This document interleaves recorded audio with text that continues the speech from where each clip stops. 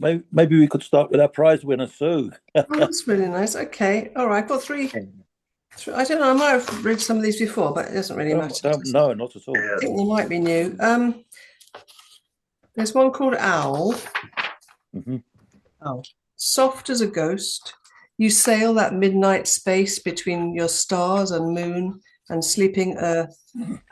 Comb out the quiet fields, unpick faint shivers from your captive world, as you have always done from dusk till dawn. One ear attentive to the living ground, the other pitched to scan the velvet sky, your eyes like lamps, all beak and claws in search of blood and fur. You dive unheard, your feathers mute the air. Owl. Something a bit different. This is called Fish Pie. I don't think I've read this one. Let me just get rid of this. Fish pie. You made fish pie for me, and that surprised me. I would never cope with fish so coolly, not to give a guest. Outside, a scenic rain impressed. You served me from the dish and offered salad, just enough, poured out a sparkling wine.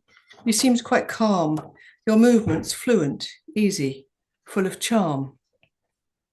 But this was your familiar space, and all was in control, your well-run sanctuary.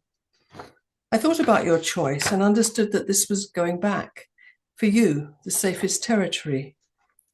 For this was how you were when we first met, the kind of meal your mother would have made, and how your childhood always was, its themes of duty, music lessons, homework diligently done.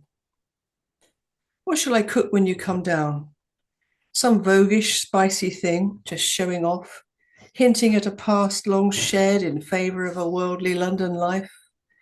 I'll drink too much, forget the time. My kitchen will be something of a mess. A rakish urban sun will surely shine. We always were competitive, but you did better in the end, your steady, cautious walk. Fish pie was good, although in retrospect, it lacked a little salt. And there's a bit of a sad one. It's called Gone. You've gone, I said goodbye, washed the salt grit from my eyes, squashed the lump which made my voice sound strange. I clear the plates now, stack them up, cling film what's left, tomorrow's lunch.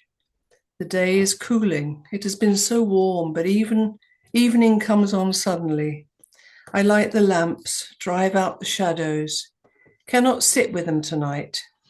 I look up, there's a moon. Start to wonder if you see it too. Then I remember. Close the curtains, lock the door. We live a lot of lives. Perhaps there's still another life to go. We talked about this, but I never thought I'd have to live it on my own. Wow. Three beautiful poems, Sue. Thank Thank you. you very much. Lovely. Very different, but all beautiful. Amazing. Yeah, I don't know if amen. people want to comment on those, but I found them, Beautiful. yeah. I mean, the owl was just spot Yeah. on, and fish pie gave me a right grin, and gone was I like just I so like that one. emotional.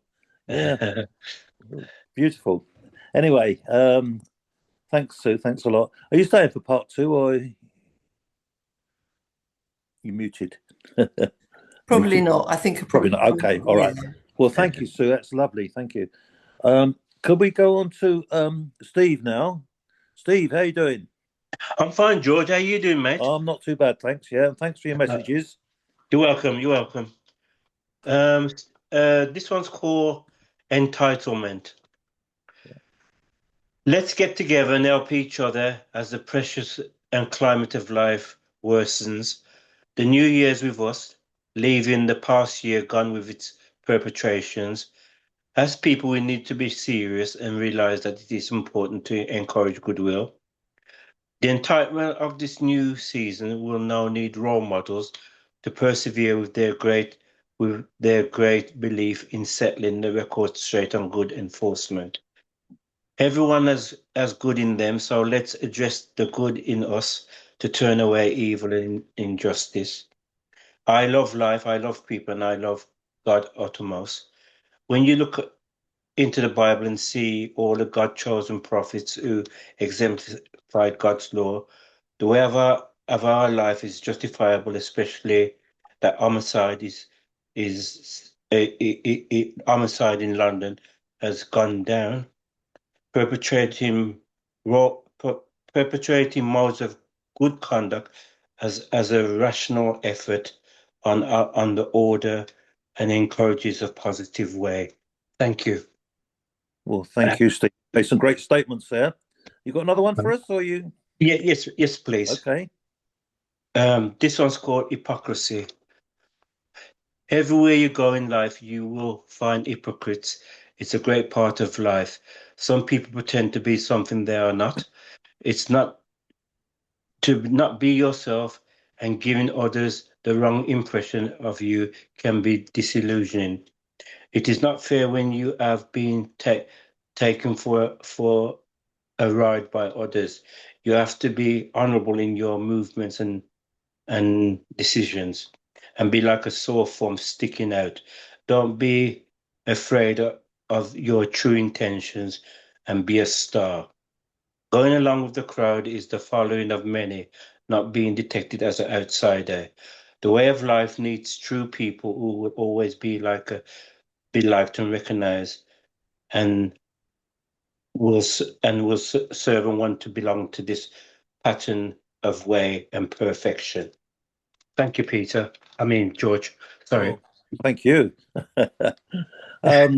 Yeah, it's a sad world, isn't it? Some of the politicians on the international stage leave a lot to be Yeah, desired. I know. One in particular, mention no Yeah. names, but he is a bit I hear orange. you. Yeah. Yeah.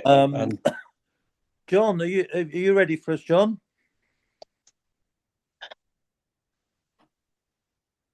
Okay, well, nautical theme here. Mhm. I might have read it before here, actually, but Mhm. Tolling from the deep.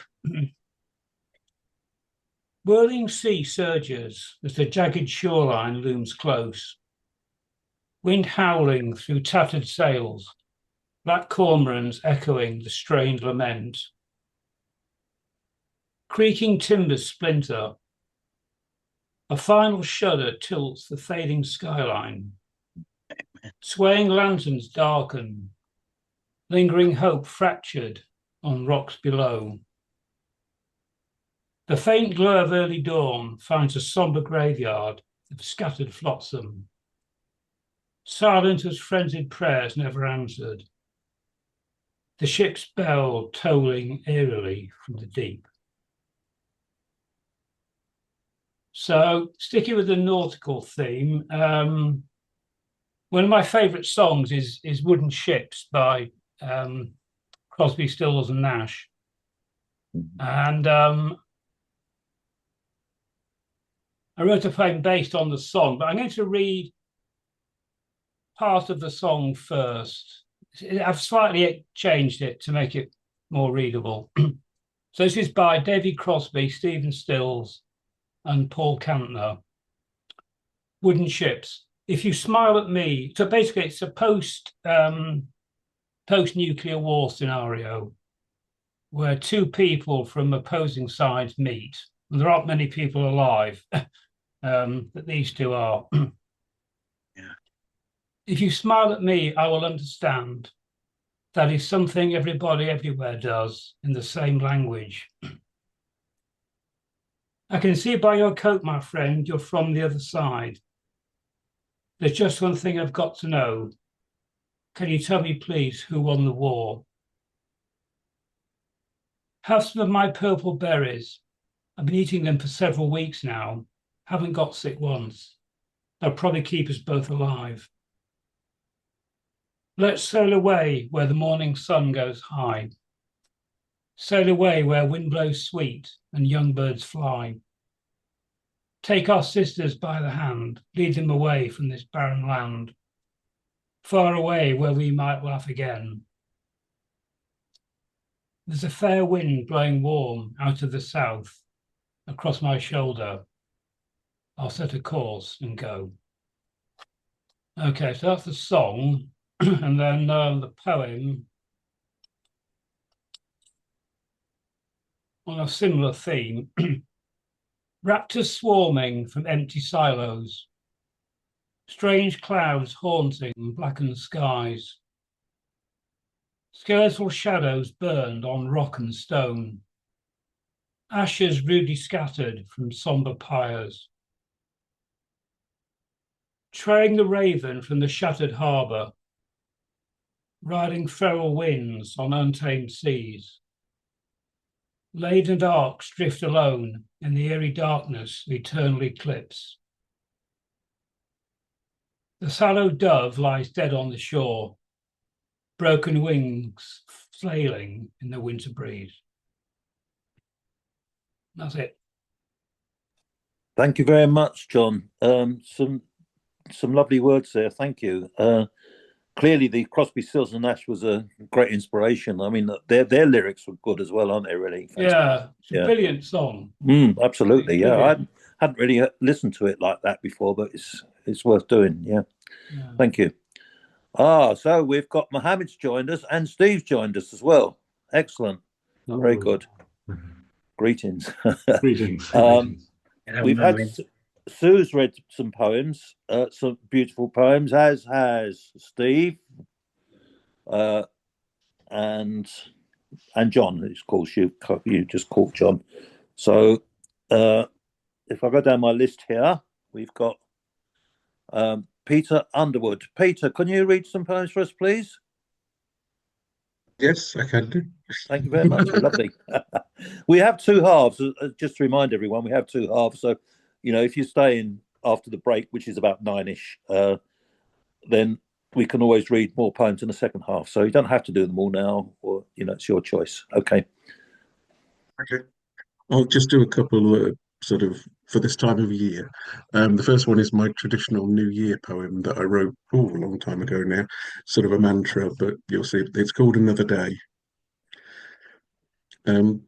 Another day has ended, another has begun, another night just fades away, another rising sun. Another date has been and gone, another year is past. Another eye sees its first dawn, another sees its last. Another new beginning starts, another chance has gone, another feels they've got it all, another is left with none. Another time to look ahead, another to look back, another thanks for all we have, another empty sack. Another day to live your dream, another day to cope, another day to try your best, another day to hope. It's that one.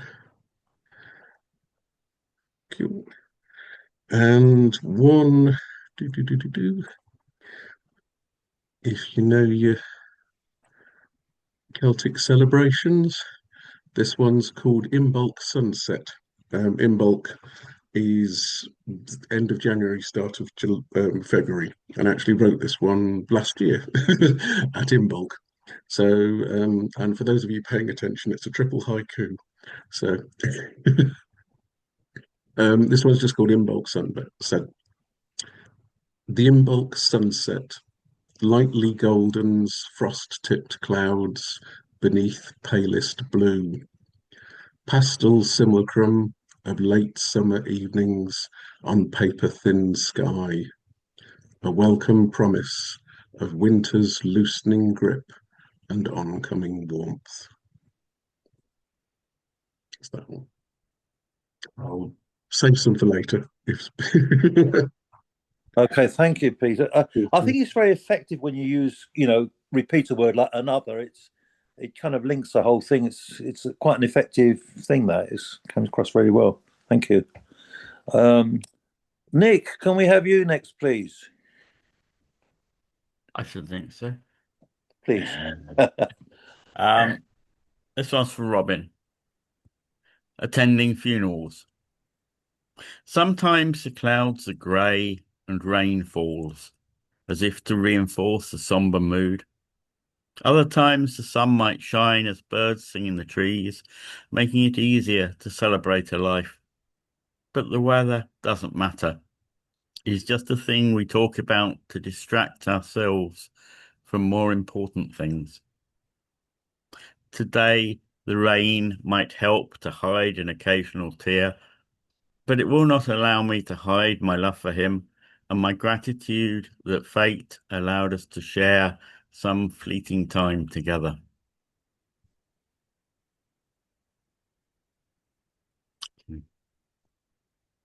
I've been up helping my daughter move into her new place in Marsden. And sort of helping and decorating a little bit. I didn't help much. I made the tea.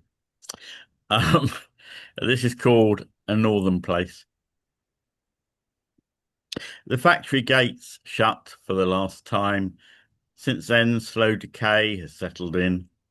A few windows pocked by air rifles or shattered by a hefty stone, but most still hold blank gazes. The tall chimney stands as sentinel beside the huge main building, testament to the wealth and power of an empire built on ingenuity, fed by a mass labour force who still retain their pride.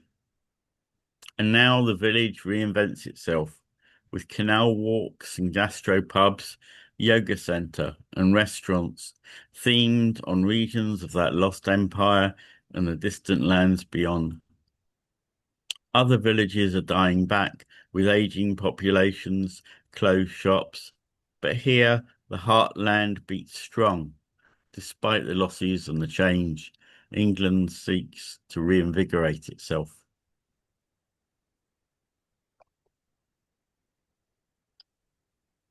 And this is the language of rooks.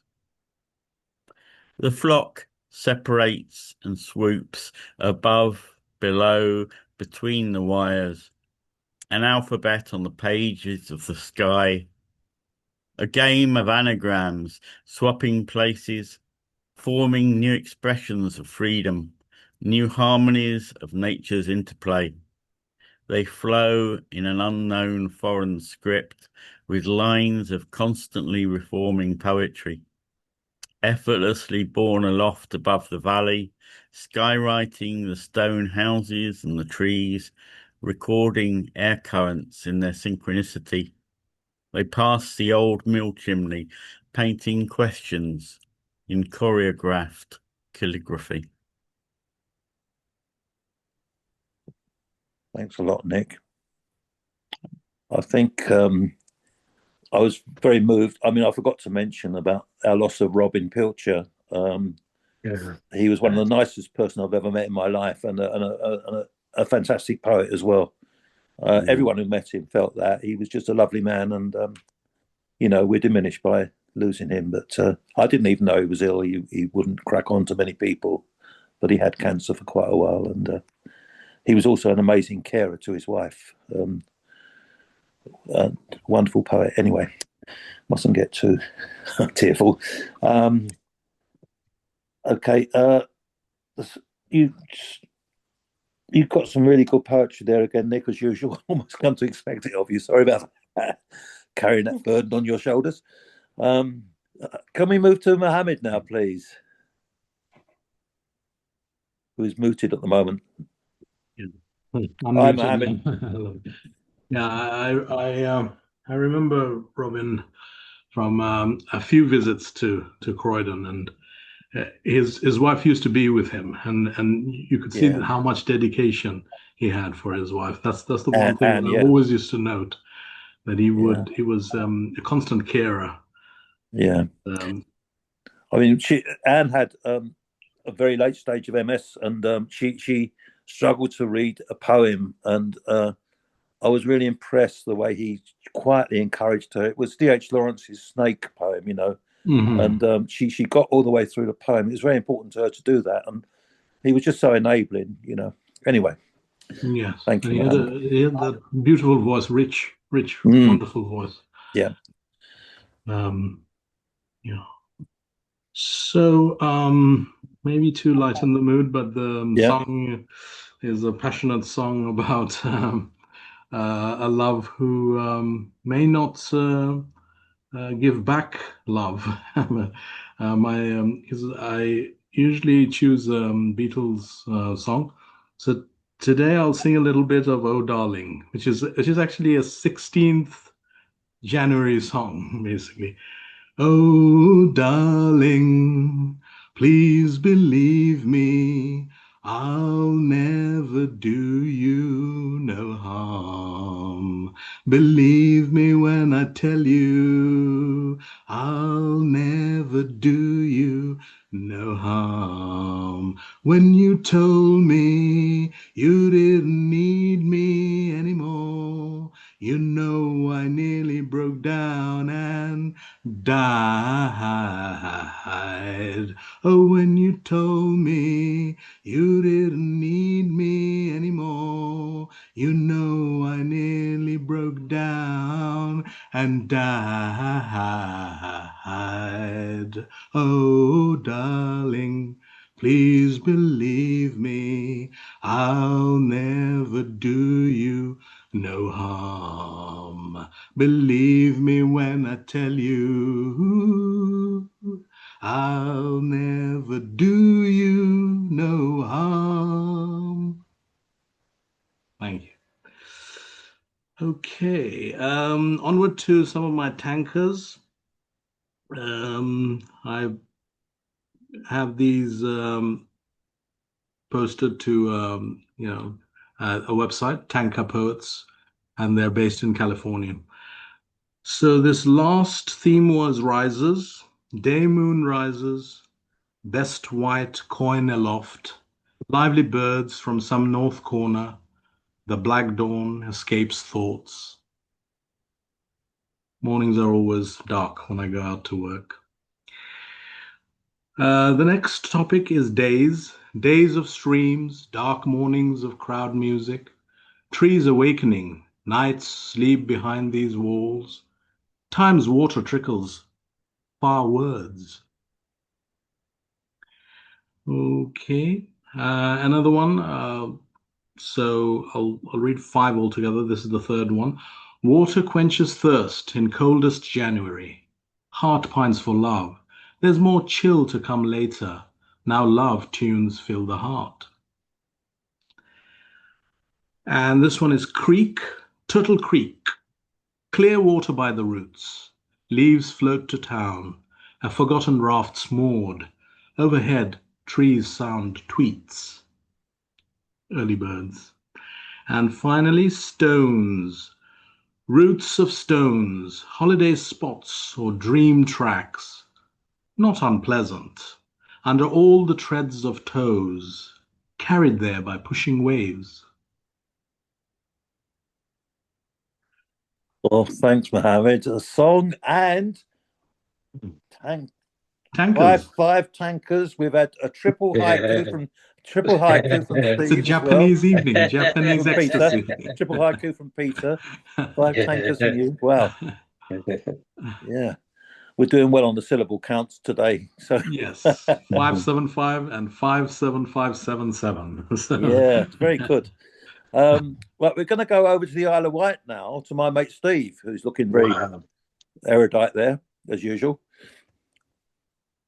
And he's muted.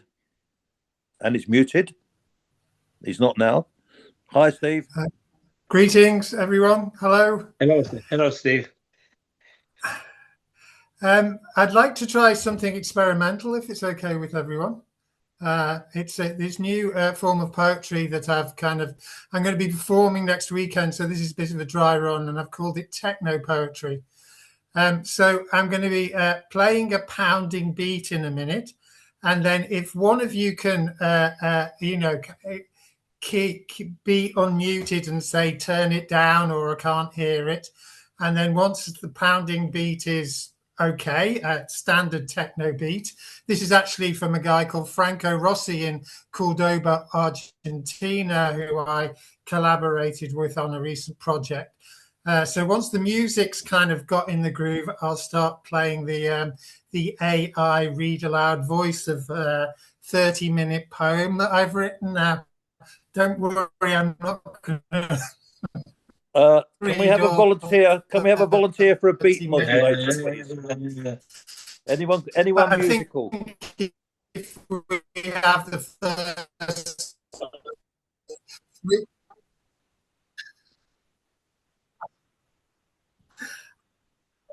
Funny. I think, George, just tell me if it's too loud, George. You're the compact. Yeah, I'll try my best. Your sound was a bit funny there, Steve. So, but I'll do my best. Okay. Hang on.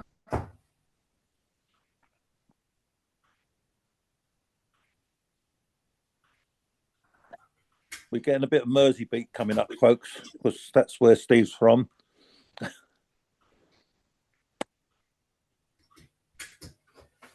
There's been a bit of a technical hitch, I'm afraid, but Oh, what I can do is let me see. I've got a plan B somewhere here. Hang on.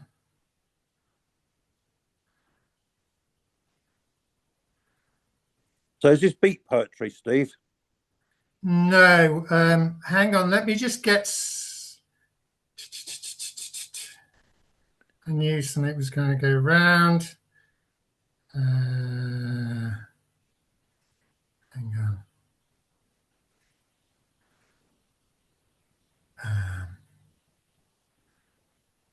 Is it stranger than Peter Evans's Voices from the Dead? He's Victorian poet. Hang on.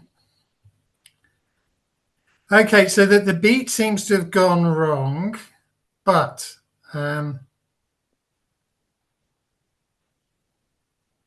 nothing can come between us. When it gets dark, I tow your heart away, standing by a parking meter. When I caught a glimpse of Rita, filling in a ticket in her little white book.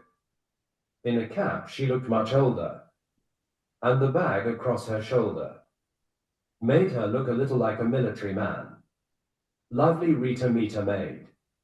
May I inquire discreetly, lovely Rita, when are you free to take some tea with me?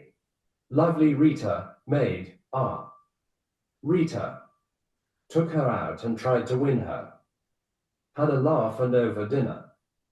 Told her I would really like to see her again. Got the bill and Rita paid it. Took her home, I nearly made it. Sitting on the sofa with a sister or two. Oh, lovely Rita meter maid. Where would I be without you? Give us a wink and make me think of you, lovely Rita meter maid. Lovely Rita meter maid, Rita meter maid, lovely Rita meter maid. Oh, lovely Rita meter maid, lovely Rita meter maid. Ah da, lovely Rita meter maid. so as you probably guessed, that's the Beatles, but via AI. Mm. So I have another one here. Hang on. So I meant to play this next one. Hang on. Quite like the meter of the first one. Joke. Well, I wonder, whether the Beatles, when because I think that was a McCartney number, whether it was a pun on meter, because if you look at the lyrics, some of it is very much in strict meter. Mm. So I'll play you a bit of this, but that my techno beats disappeared. But this is my long poem. So where are we? Ah, yes. We are amid impressive company with Titian's famous Poesy, Bernini's Daphne and Apollo, Marlowe's Hero and Leander, Britten's solo oboe works, Picasso's Metamorphoses, Velasquez, Story of Arachne, Poussin's Echo and Narcissus, Strauss's Daphne, Gustave Moreau's Jupiter and Semele. But where are women in the list, as artists, not as subject matter, other cultures for that matter? Problematically, perhaps this writer grew up in a world predominantly Western in its outlook, and surrounded by an art he learned to love the most, and as with love it blossomed out and formed the fruit of his endeavors, sadly undermined by verse that lacks an understanding of diversity. Perhaps this poem functions as a mea culpa, too much European culture. Nonetheless, He had some fun along the way, but who would not, with time and place to play with what they most adored, a literary parentage. But I digress. But then I find digression is the food of art, and by digression I don't mean descriptions of the scenery or characters of appearances or characters acquaintances. The meter map is more than all this boring human train of thought devoid of purpose outside art, with characters in search of punches, or a pack of wolves in search of lonely souls in need of feeding. Stories crave continuation. Pyramus, if you remember, screamed like Janet Leigh in Psycho. So that's kind of the idea that the poem is read by an AI voice, but what you haven't got here is the pounding techno beat to go with it. So apologies. Just imagine that bit. I prefer your human voice, to be frank, Steve. I do. And you've got a lovely way of delivering meter as well, actually, when you're reading. So you're renowned for it. It's being a drummer, I think you're very renowned for that. Okay, well, I'll fix something for next half. Yeah. Yeah, please. That'd be fine. Yeah. Thank you. Thanks a lot. You're always on the innovation side of things. It's very good. Thank you. Creativity. Now, Mr. Evans is there on some lovely Welsh bay there. Is that a Welsh bay behind you? No, it's in Iceland. Iceland. Oh, right. Okay. Yes. Oh, well, be careful, because Trump will come and take it. Yes, next, after Greenland. Yeah. Right. I'm going to read my January poem. Across fungal dark bark. Across fungal dark bark, a small window of winter sun, a ladybird, too late or too early for the year, crawls on this warmer sill in an ice-clamped forest. It breaks our walk to the wild service trees, meagre remains of the ancient wood we visit each new year to touch, to decorate with our dreams. The ladybird lands on your gloved hand. You carry it with us, hand cupped round it like an ember. And a couple of not new, a newish New Year poem. The article in the magazine says, at the first longbow shoot of the year at 100 yards, the first gold was scored by Peter Evans, but on the wrong target. I have never drawn a longbow. I have never shot 100 yards. I am not that Peter Evans, but I am that Peter Evans that often misses the right target, but occasionally, very occasionally, hits another.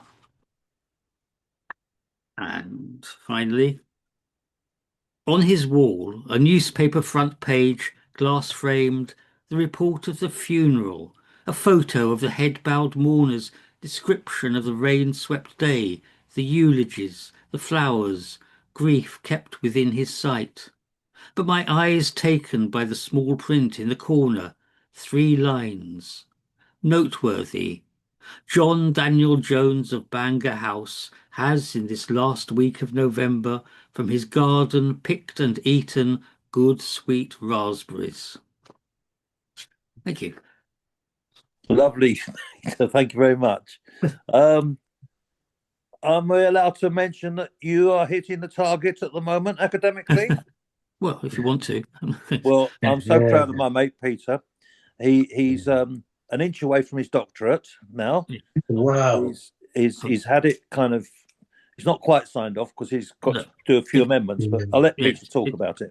No, it's passed with a few amendments to be done. So that's So it's passed. So it's amazing. Cool. Yes. Well done, Dr. Evans. Thank you very much. Well, I'm not quite there yet. I've got to these few amendments.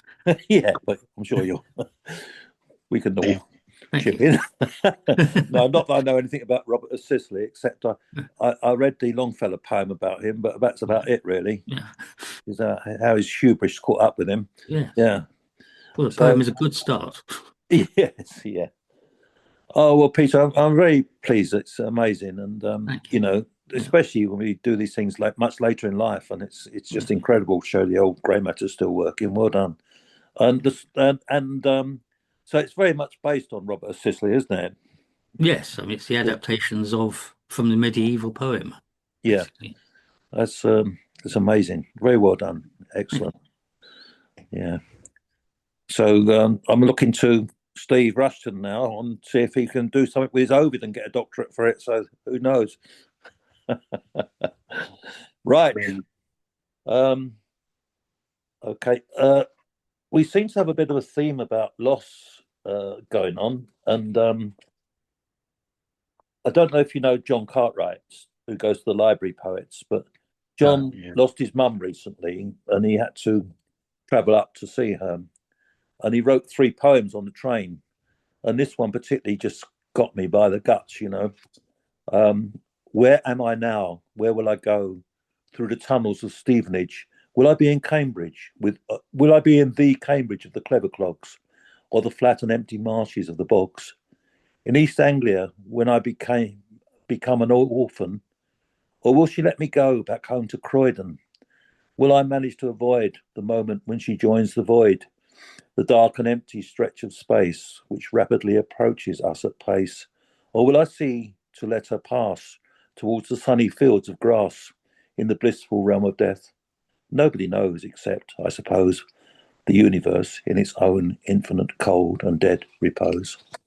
I found it really moving, that poem. It's gentle, but it also put me in mind of Whitsun Weddings for some strange reason, the big events going on in the train journey.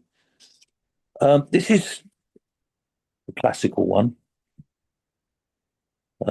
Is it? No, not that one. Sorry. Wait a minute. Oh, yeah. This is because of what Mr. Trump's doing all over the world. I was thinking of Ozymandias. Ozymandias by Percy Bysshe Shelley. I met a traveller from an antique land who said, 2 vast and trunkless legs of stone stand in the desert. Near them on the sand, half sunk, a shattered visage lies, whose frown and wrinkled lip and sneer of cold command tell that its sculptor well these passions read, which yet survived, stamped on these lifeless things. The hand that mocked them and the heart that fed, and on the pedestal these words appear. My name is Ozymandias, King of Kings. Look on my works, ye mighty, and despair. Nothing beside remains around the decay of that colossal wreck, boundless and bare. The lone and level sands stretch far away. Sorry, I made a bit of a mess of that. But it just reminded me of him messing with the Middle East and what he's just only up to. So,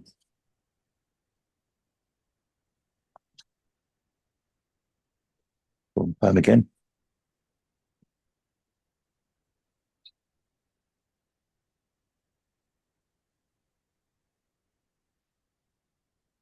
Park Life. This is Sue read an owl poem earlier on, so this is my Park Life. The curfew tolls the knell of passing day. The town boys know the sound is closing time, and the park keeper's bell has found its loud say. They abandon tall trees they meant to climb, delay what would mean scaling the park railing, finding a footing between vicious spikes, fending off fears of a painful impaling, or leaving overnight their much-loved bikes.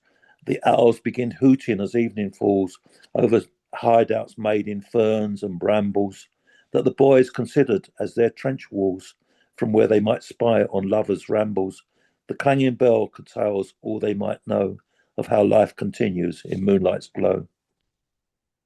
And I can't find the next one.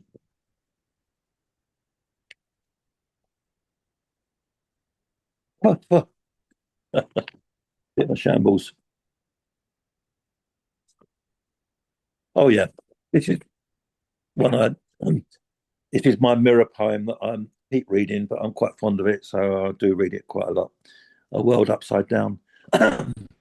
Any way you look at it, it's a topsy-turvy world, which leads to the conclusion some things seem to matter more than others. Forests are burnt down, seas are polluted, air is filled with poison, animals hunted for pleasure, homes are flooded, the planet is overheating, the ice caps are melting. Despite all of this, we continue to fight each other for faith, or maybe race or profit, causing many to die, different gods are worshipped, who really knows why? It's a topsy-turvy world, any way you look at it. Any way you look at it, it's a topsy-turvy world. Who really knows why different gods are worshipped, causing many to die? For faith and maybe race or profit, we continue to fight each other. Despite all of this, the ice caps are melting, the planet is overheating, homes are flooded, animals hunted for pleasure, air is filled with poison, seas are polluted, forests are burnt down. Some things seem to matter more than others, which leads to the conclusion it's a topsy-turvy world, any way you look at it. Right, yeah. That'll do for now. Amen. So, tea break time. Would that be possible? Oh, yes, that'd be just fine. Thank you. So, poem by Rilke. Just reading a couple of the continental poets. This is Rainer Maria Rilke from his Duino Elegies. This is the first elegy, and I'll be reading out just a portion. Who, if I cried out, would hear me among the ranks of the angels? Were wenn ich schrie, hört mich denn aus der Engel? Possibly the pronunciation of the first line. Who, if I cried out, would hear me among the ranks of the angels? Even if one of them clasped me suddenly to his heart, I'd wither in the face of his more fierce existence. For their beauty is really nothing but the first stirrings of a terror we are just able to endure, and are astonished at the way it elects, with such careless disdain, to let us go on living. Every angel is terrifying. So there are a few elegies in the Duino elegies. I read through the whole thing, and it was quite an eye-opener. I find in him a philosopher, Rilke. Okay, and this is another of the continental poets, actually a Russian poet, Boris Pasternak. And so I read through this one, which is Second Nature. And one of the poems is Sorrow. For this book's somber epigraph, the deserts are rippling as lions roared, and tigers' wrath was reaching out to Kipling. Here the gaping empty chest of woe stood wide open, and there swayed and caressed merino prose, hoping for a continuous parade of rankless verses, treading the fog in shades of grey, the Ganges cleanses. Cold mornings came next to ease entwined instants of jungle, moist as ecstasy or incense. Incense. Okay, yeah, I quite liked reading Pasternak. We think about Dr. Zhivago, and I'd seen a dramatization, but I've not read the actual novel. I mean to. I've picked up his poems first. So, okay, so January 16, poem from Read Me Aloud. Read Me Out Loud. Yep. Chosen by Nick Toczek and Paul Cookson. Okay, A Wolf in the Park for the 16th January. Is there a wolf in the park? A wolf who wakes when the night gets dark. Is there a wolf in the park? Is there a wolf who creeps from his hidden den while the city sleeps? Is there a wolf in the park? Is there a wolf whose nightly track circles the park fence, zigzags back? Is there a wolf in the park? Is there a wolf who pads his way between the tables of the closed cafe? Is there a wolf in the park? Is there a wolf whose bite left those feathers by the pond last night? Is there a wolf in the park?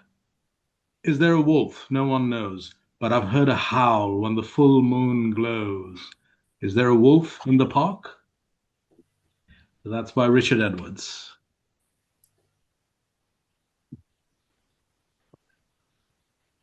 Any And more? that's my cluster, I suppose, for the second part. Sorry? I was just saying that's my cluster of poems for the second part. Oh, okay. Thanks, Mohammed. Interesting selection, that. Very interesting. Thank you. Thank you. Rilke and Pasternak, and who wrote The Wolf in the Park? That was That's by Richard Edwards. Richard Edwards. Richard Edwards, right? Okay, don't know him, but Neither do I. no. Okay, it's interesting though. Interesting very title. interesting. Right. Can we go to Steve J? Steve, have you got any poetry for us, please? Yeah, okay, George. This one's called Let's Make It Real. Let's make it real and true, no matter our color and view. Let's live together in harmony so that the world can run in a splendid way. As people, we need to show care that we will understand each other today. Let's make it real and positive, disclosing all forms of negativity. There are people in the world who needs love in a better way, having had a terrible past in more ways than one, has made me skeptical and not trustworthy to be. Climbing the hungs of the ladder of life has made me clearer, positive, and wise. Let's make it real, my brothers and sisters, to see the accomplishment to live in peace over the years. On the whole place, make it real. And do you hear me, George?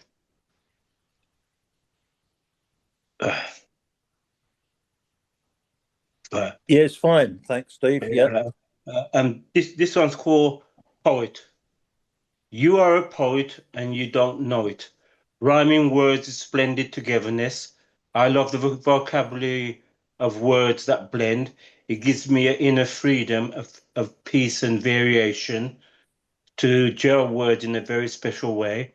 I love to hear the poetry from my poetry friends whom I truly adore. Their books I have purchased has given me a new direction and principle stand. Writing is now my life and essentiality, where I have had several publications. Thank you, George. Well, thank you. You've got a lovely outlook on life, Steve. All your poems are full of hope and optimism and wanting a better world, and that's appreciated. Thank you very much. Thank you very much. Appreciate that, honestly. Thank you. Well, it's true. Yeah. Cheers, man. Cheers. Respect, okay. Respect. Peter, can we come to you, please? Peter Underwood. Yes.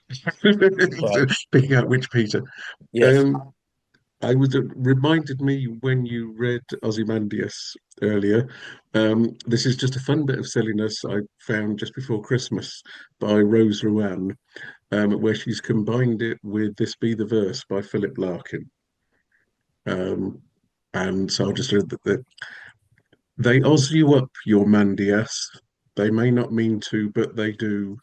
They give you vast and trunkless legs, a sunken, shattered visage too. But they were ozzed up in their turn by Mandias upon the sand, who half the time had wrinkled lips and half in sneering cold command. Oz hands to man on Mandias to man, like mighty works atop a shelf.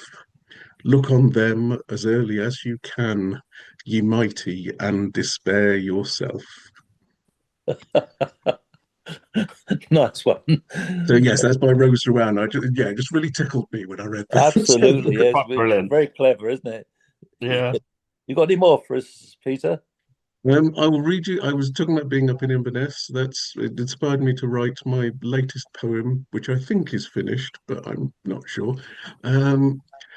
It's written in English, but it does have some words from Scots and Gaelic as well. So if there's a few words you don't recognise, that's why, probably. And this one is called The River Ness.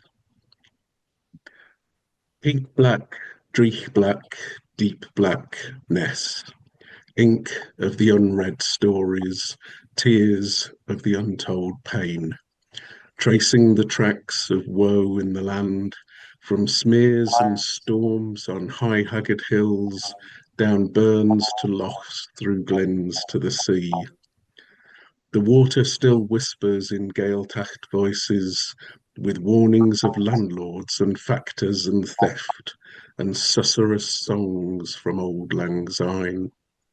Echoes of forests and farming and folk ripped from the land, and those that survived, Fasach, frayed on all edges. A library of kith and history of kin, flowing reminder of what there once was, living lesson of what could yet be. Water for crops and creatures and bairns, awaiting new life to bosey and cheer, when hillsides will rustle and bustle and sing. Peat black, braw black, deep black Ness, ink for the unwritten stories, river of darkness and river of hope. Lovely. So yeah, I think that's finished. Oh yeah, I think it is very nice. Actually, it's lovely. I like it when we can take the countryside and apply feelings to it. You know, we kind of put human traits onto it. You know, and feelings. It's one, you know, we're not negative about it. It's very good. Thank you. Steve, can we go to you now, please? Yeah, we could do. Thank you. What technical wonders await us? Let's see, shall we, George? Yeah, who knows?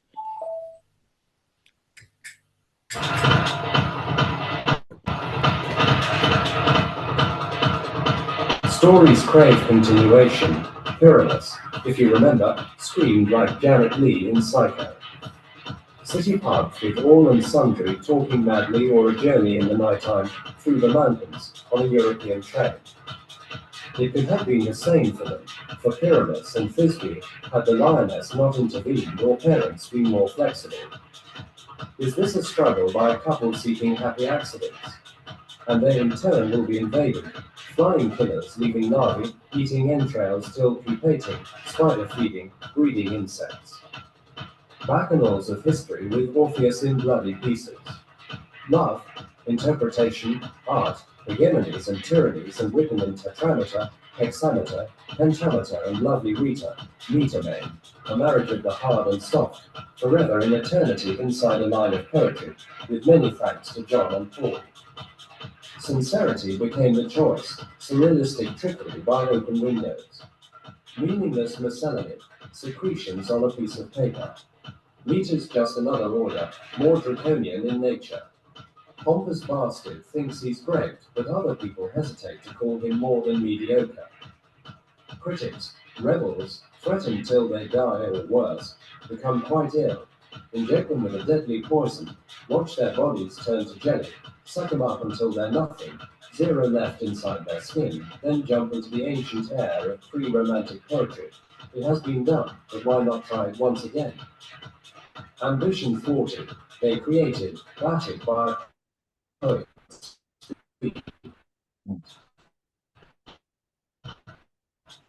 Excuse the pen, excuse the pun, and what could be more wonderful than this? A plan, a transformation, linking past and present verse in mock ambitious undertakings. Playing gods beyond their station, distributed far and wide to liberate the senses, while among the verses in the book with metered edits like Magritte around your neck, but not on canvas. Manifestos are an art form in themselves. So anyway, that works better this time. That works. I mean, what the beat does, it actually makes you concentrate more on the words because you're actually listening out for the words. It does facilitate listening in some strange way. I was a little disappointed you didn't have a guitar solo. What we're planning next week, we've got a gig next weekend, and the interesting thing about techno as a drummer, you know, it just has this relentless fucking beat, yeah.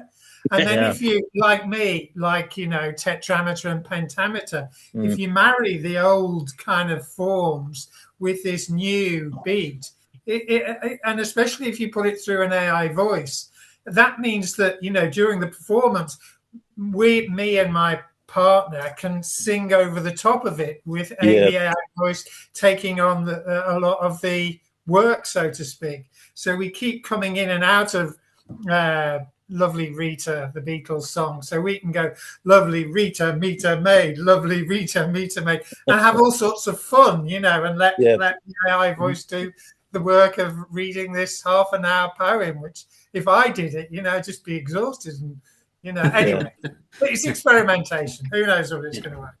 Well, it makes it more than a ticking clock. So the words are very important.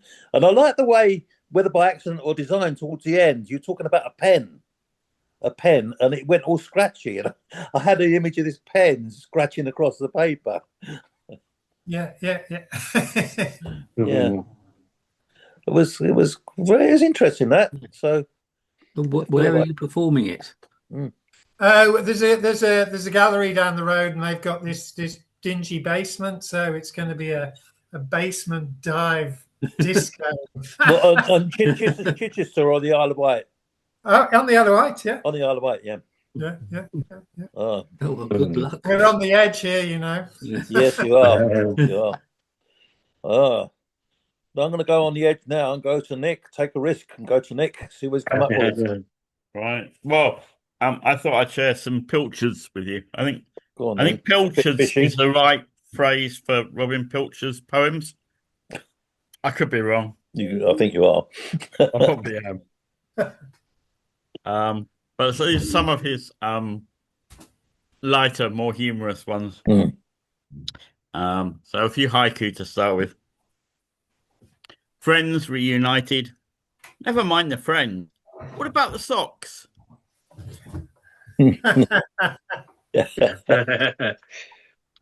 I'd rather like to write a haiku, though this will have to do for now. Writing haikus is enjoyable, but I keep running out of fill. The bus. Missing the bus. If Arnold were half Buddhist, surely that would mean he might be back. Funny. Haikus, being so small, get lost down the cracks between the bigger poems.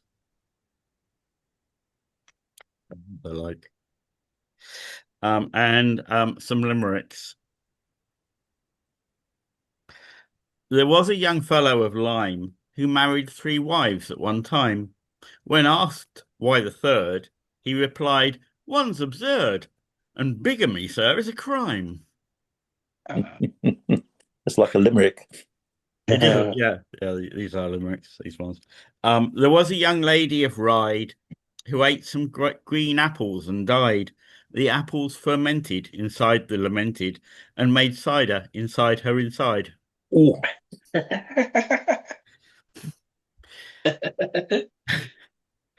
Inside her inside is just brilliant. There was a young lady named Bright who travelled much faster than light. She started one day in the relative way and returned on the previous night. And I will end with this one. Sorry, since we have a prospective mayor of Croydon here, I'm very sorry to do this to your hometown. But this one is called Bloody Croydon. It's a good one. This bloody town's a bloody cuss, chock full with bloody tram and bus, and everywhere some bloody fuss in bloody Croydon. Bloody traffic's bloody stuck, gutters full of bloody muck, and no one gives a bloody fuck in bloody Croydon. Bloody council, bloody sharks, bloody fine you if you park, soon charge you just to bloody fart in bloody Croydon. Bloody blocks too bloody high, like working in the bloody sky. Get there quicker if you could fly in bloody Croydon. Bloody kids are bloody mad, follow every bloody fad. Riots here were bloody bad in bloody Croydon. Bloody shops keep bloody closing. Bloody Fairfield's got crap shows in. Even Santa's bloody dozing in bloody Croydon. Go there for a bloody outing, bloody hear some bloody shouting, bloody poets bloody spouting in bloody Croydon.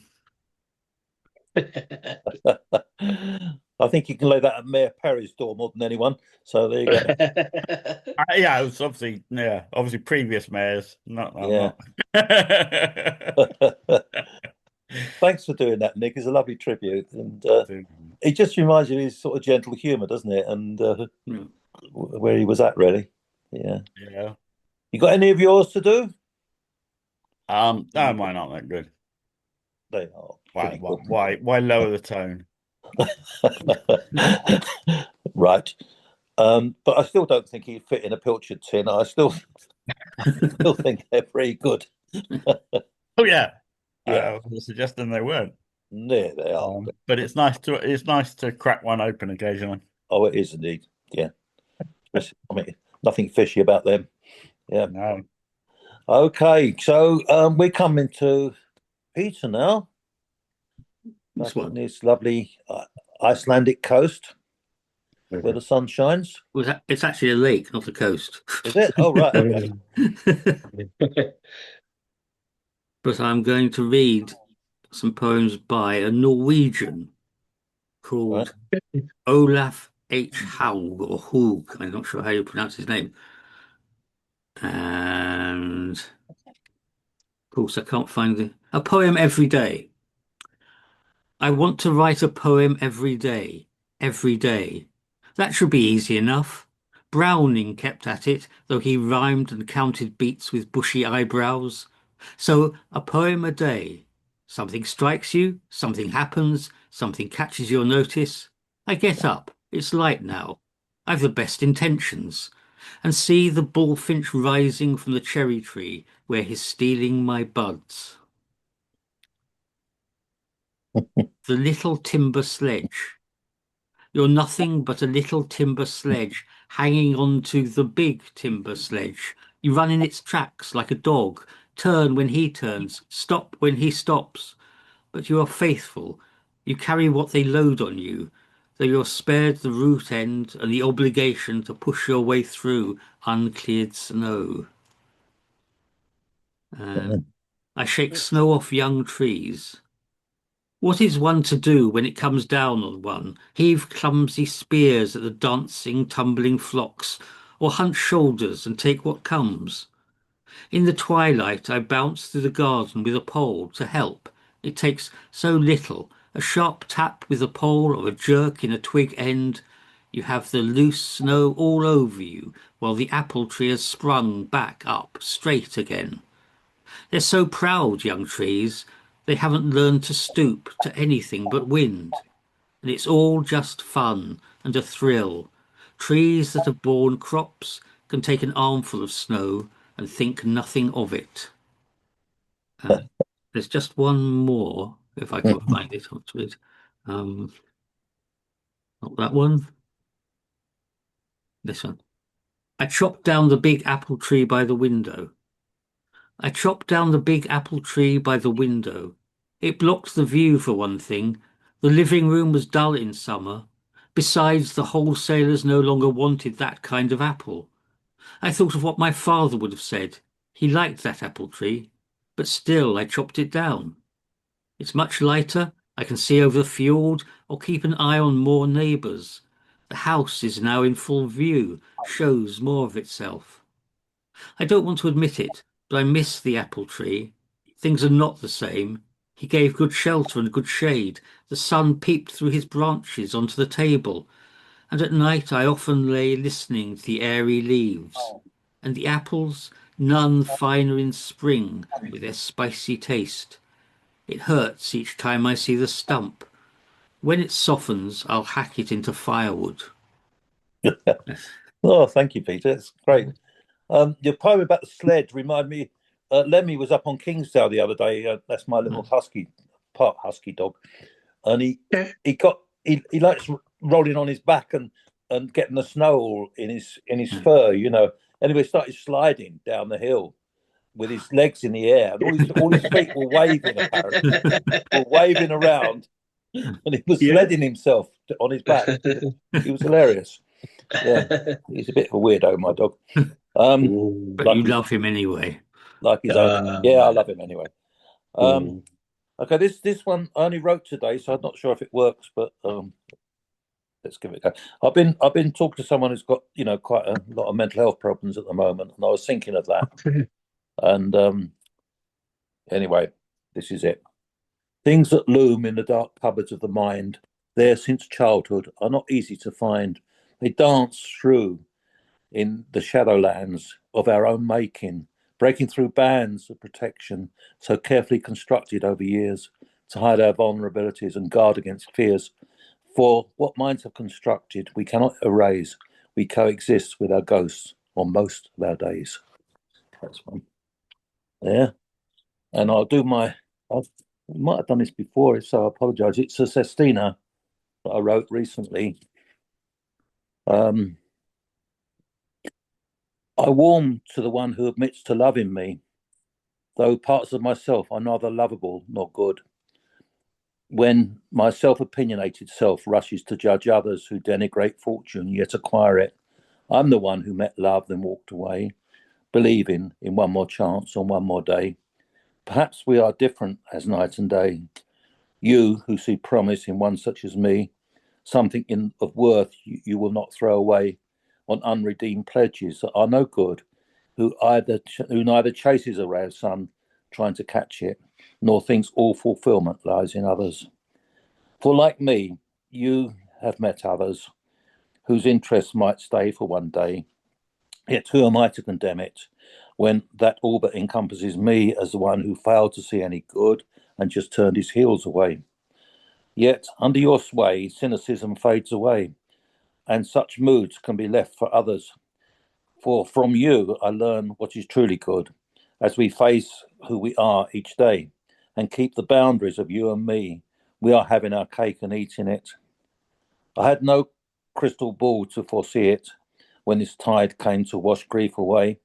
In a clear blue sky, you brought joy to me, lifting all I'd carried for others. You proved to be the balm of a summer day, when the trees are green and the living good. Who is to say what will last for good? Let's relish each day while we have it, and count every second of that day, and not wish the rich meaning away. There's a sadness I feel for others who don't have what you mean to me. I carry your goodness when you are away. It stays in my heart, and I have no need for others to lighten my day. Now you are part of me. That's that one. All gone. Finito. Well, it's been nice, everybody. An early night, 21:30. Half an hour.